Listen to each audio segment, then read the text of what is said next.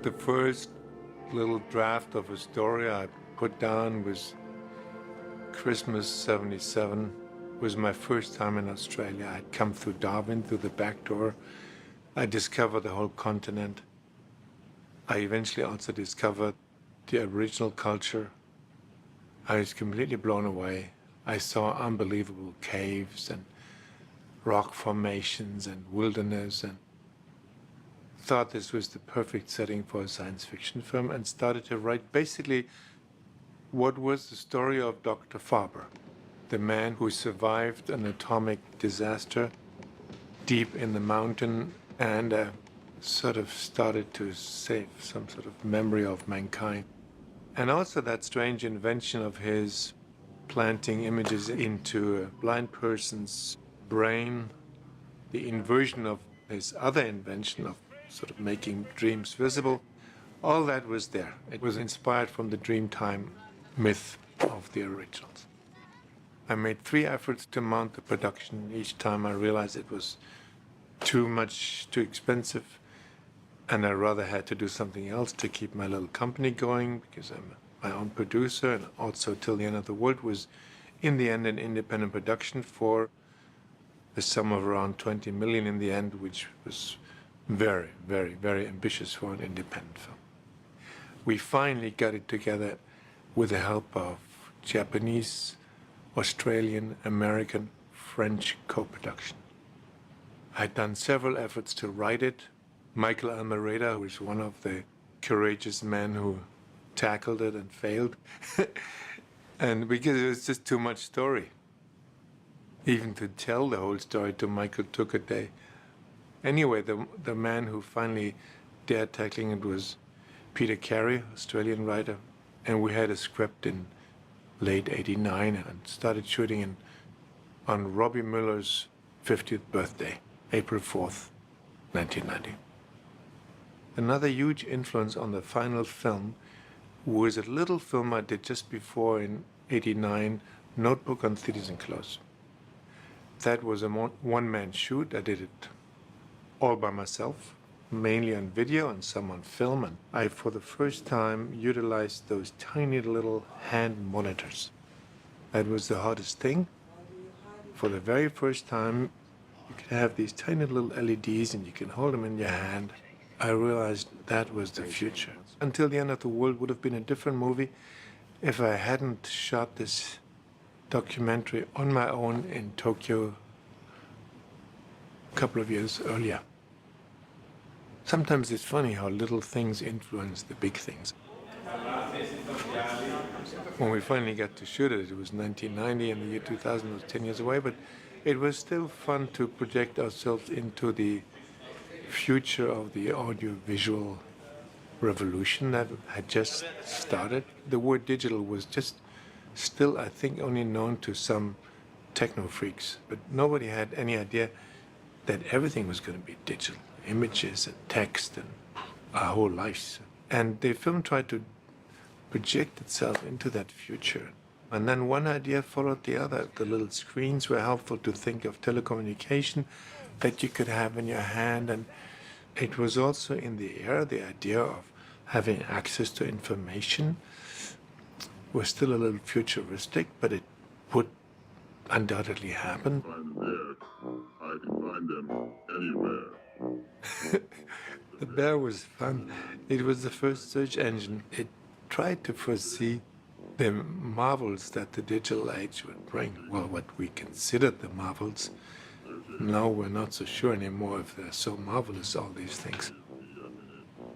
We were a basic crew of around 20 to 22 people. Those 20 that started on April 4 in Italy. First shoot was on the freeway when Claire is driving with her beautiful car on the freeway between Venice and France. And when we did the very last shoot was the space station the next year. Over a period of 9 months, we shot more or less all the time, and altogether 9 big locations. I mean, Australia counting as one, but in Australia that was also many locations. So we had 9 different crews. Was our central crew was always met with the local crew. Our 20 that did the whole film got more and more worn out, and when we finally arrived in Australia, we were just zombies, basically. We were in places where nobody had ever shot before and where there was nothing. You had to fly stuff in from 500 miles away. Constantly trucks were driving to supply us with everything we had because we were in very, very remote places. The greatest technical discovery of Until the End of the World was the prototypes of digital HD machines. It was through the help of Sony and NHK, actually, because I had approached both companies with that desire to produce certain sequences for the film that I felt could not possibly be done on film. But then again, at the time, there was only film. So I spoke at length to these people in Japan, and they said, well, right now we don't have this stuff, but we're working on it, and if you wait a little longer, we might have some equipment that might enable you to take film images and digitize them. So I had a vague feeling that this unknown digital technology could help me produce these dream sequences that I really, really needed to look differently than film. And when eventually I found Sean Norton, who was a digital wizard and worked on commercials and special effects in London.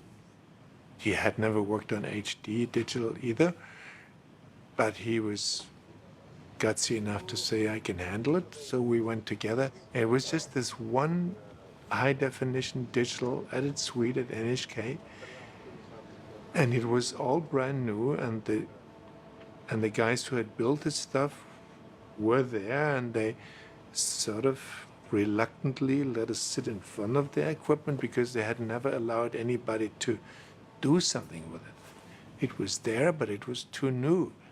They didn't even know it was working. And then we took our first shots and digitized them. Some of them was my own 8mm stuff from my own childhood, because I felt the dreams that would appear in the film, I was getting so personal, I felt I needed to use my own. These inventors behind us, they were terrorized, horrified, because we did everything in the book to sort of pull the images apart so that something else would come out. We were the very first one to see what everybody knows now is the pixelization. When you go fast forward on a digital picture, it sort of blows apart. Nobody ever seen it because nobody had ever gone fast forward on this stuff. We stayed in there for almost 2 months. Sean and I, we ended up sleeping there, and we really produced all the stuff that William Hurt is seeing through his goggles, and that's appearing in the laboratory on the big screens, and then all the stuff that he's extracting from the brains and all the dream sequences. And those technicians were so glad when we finally left, because we had basically ruined all their equipment. And they had dreamt of producing beautiful stuff. I mean, their own show reel in high definition was the opposite of what we had done. It was the world looking so beautiful, and we destroyed everything.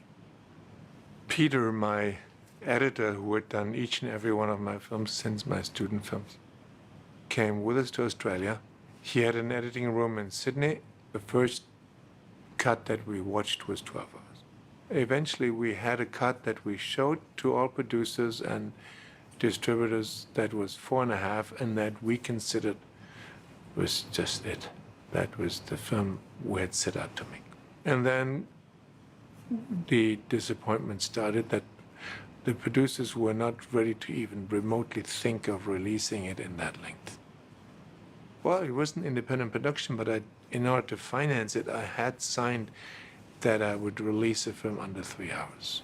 I flew all over the world. I flew to Australia, to America. I flew everywhere to show that thing again and again and again, to twist their arms to maybe release it in 2 parts, or or do something, or in 3 parts of 90 minutes or whatever. And in the end, there was just one big yet. Stick to your contract, buddy. And they had offered, well, let us do it. If you don't want to do it, we will do it. So Peter and I looked at each other and said, well, it's better than we do it than they do it. But let's not forget this cut that we know is the good one. And as we said that, Peter and I had the same idea. What if we take the 4.5 hours and we produce an interpositive of everything that's in there? And then we cut our film back to 2.5 hours, and then we cut the interpositive. So the negative is not going to be touched, and we can always come back to our 4.5 hours. Peter and I sat there and we went secretly to the lab and asked them, what do we have to pay?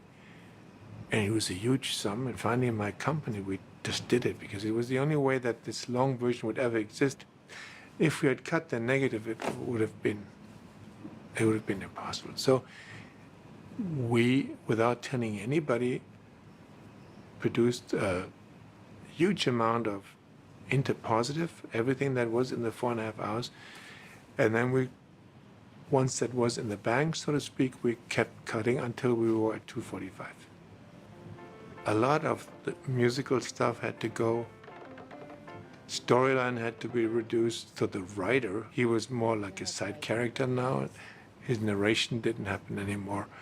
So finally, we did come to 2:45, and it was really a Reader's Digest of the film. It was like the plot. The film was a failure in the short version because the fun was out of it somehow. None of the other co-producers wanted to have anything to do with the long version because the short one hadn't worked. So we did it ourselves, and it then stayed in the vault for a long time. I always felt I owed it to the crew that had gone through this incredible effort, and especially the musicians, because the Reader's Digest, I couldn't even fit in all the music I had. All this gorgeous original stuff from all these bands who I had addressed, and some of them didn't make it into the cut because the 2.5 hours weren't long enough for all of it. And for my actors who had worked so hard, and the crew that had almost put their lives on the line because those 9 months of shoot had been so hard on the core crew. It had really almost cost me my friendship with Robbie, who took a long time to heal. I mean, I became like a maniac. I just needed to finish it, because if you didn't finish it, that was going to be the biggest disaster of all. So I pushed it through in the end, and everybody stayed with me till the end, but it was a hard burden. I just had to see it through.